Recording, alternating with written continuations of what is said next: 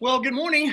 The bell ringer today for SAS 8 choosing classes, part of the probability unit, is of 50 people surveyed at Harry Potter Broom Flying School, the following information was collected. They collected information on whether they were male or female, whether they had brooms or no brooms, and whether they had an accident or had not had an accident. So we need to give convincing statistically sound evidence that males are less risky than girls at the HP Broom Flying School. Now, we just had a test yesterday, and a question very similar to this was on that test.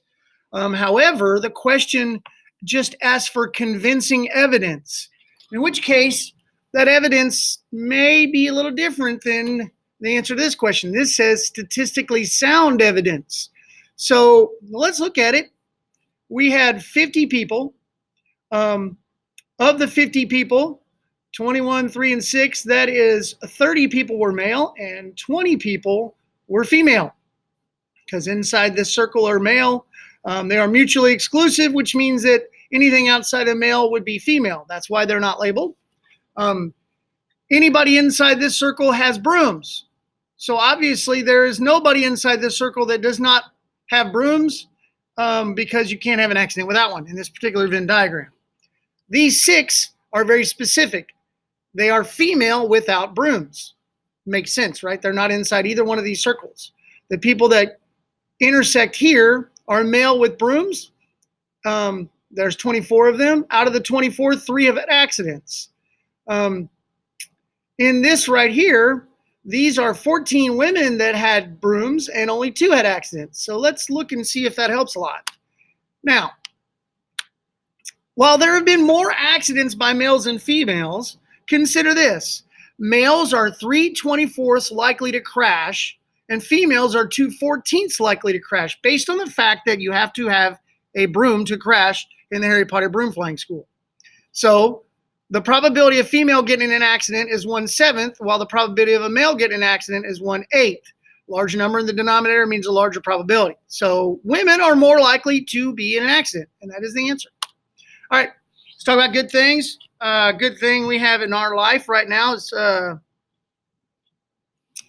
we won our match Wednesday night against Bryan High School. Tennis team won 16 matches to 11. That's good because last year we lost to them by 1 match. So anyway, share your good things with me. I'd love to put them in here and let everybody know how things are going in your life. All right, so choosing classes. 4 teachers offer Zane's favorite computer class at different times during the day. School counselor asks Zane if he prefers a morning or afternoon class. Below is a list of teachers and their periods they teach this class.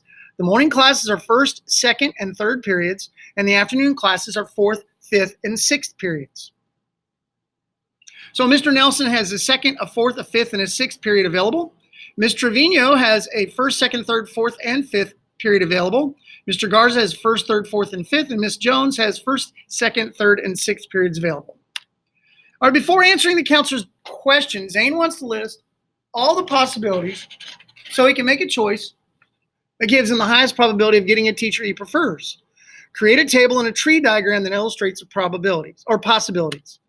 So this is a good chart. You can see columns are the periods and the rows are the teachers. So there are 3 teachers that have a first period class. There are 3 teachers that have a second period class, 3 that have a third, 3 that have a fourth, 2 that have a fifth, and 3 that have a sixth period class. So let's look.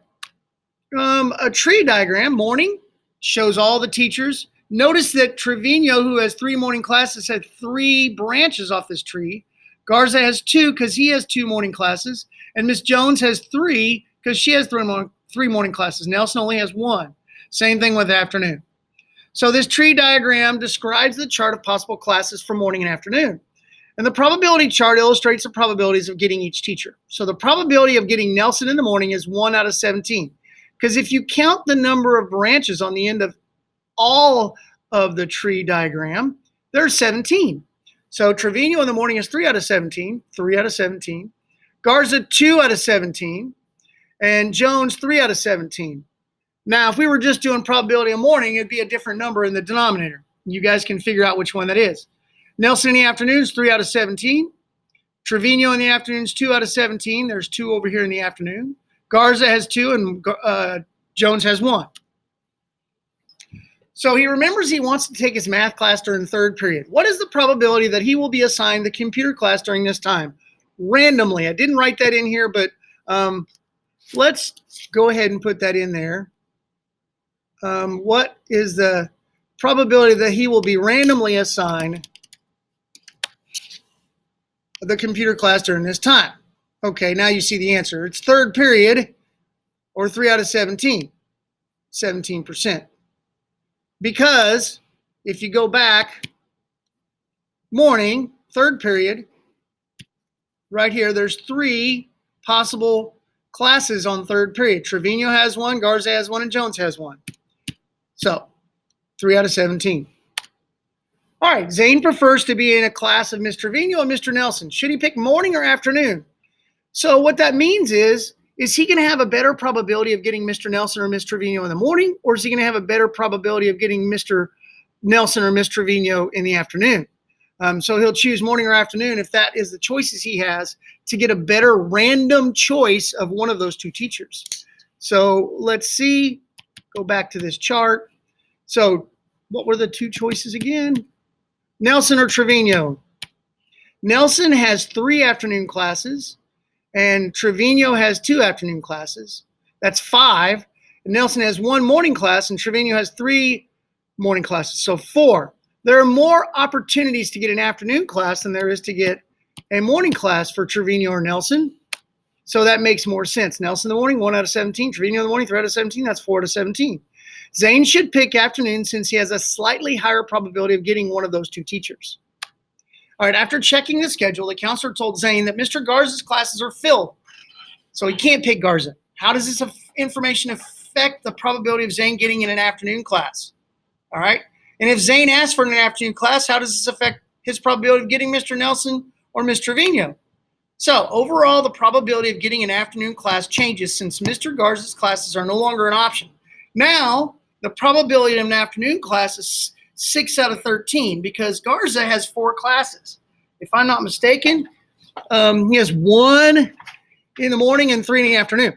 So the probability of getting Mr. Nelson and Mr. Trevino greatly improves because now there are fewer classes in the afternoon. The probability of getting Mr. Nelson and Mr. Trevino is 5 out of 6 or 83.3%. So because this is a required class for all students and Mr. Garza's classes are filled, the school adds another teacher, Miss Lopez. She's going to teach first and 6th periods. Does this fact affect the probability of getting Mr. Nelson in the morning? And if you look here, this is a new chart with Lopez on there. There's 1 Lopez in the morning right here and 1 Lopez here in the afternoon. So we have 1, 2, 3, 4, 5, 6, 7, 8 classes in the morning and 7 in the afternoon. This affects the probability of getting Mr. Nelson in the morning. Nelson only has 1 in the morning. Oops. The probability of getting Mr. Nelson class changes. Zane now has a 1/8 or 12.5% probability of getting Mr. Nelson if he asks for a morning class. All right. While Zane is calculating probabilities so he can make his decision, the class offerings change again. Mr. Garza's class is filled and Miss Lopez is added. If Zane requests an afternoon class, what is the probability of getting Miss Trevino for 4th period? So Miss Trevino only has 1 class 4th period. So we're just talking about afternoon. So they're only going to pick from afternoon classes. There's 7. Miss Lopez, oh no, we're looking for Miss Trevino. She has 1 class in the afternoon, so it's 1 out of 7 or 14.3%. So we're going to launch choosing classes in college. This is exactly what it looks like as a Venn diagram, okay? So this particular Venn diagram is the interesting subject. This one is spaces available, and this one works with your schedule. The intersection of works with your schedule and interesting subject is always already full. Interesting subject and spaces available always creates a conflict. Spaces available and works with your schedule means that the class is boring. Notice that boring does not coincide with interesting subject. And an intersection of all 3 is obviously doesn't exist. Now, none of you have taken a college course and have had to deal with this, but when you go to college or even trade school, you're going to find that this Venn diagram is very, very, very true. All right, so There is an assignment in the Google Classroom. Please go take care of it. SAS 8, choosing classes.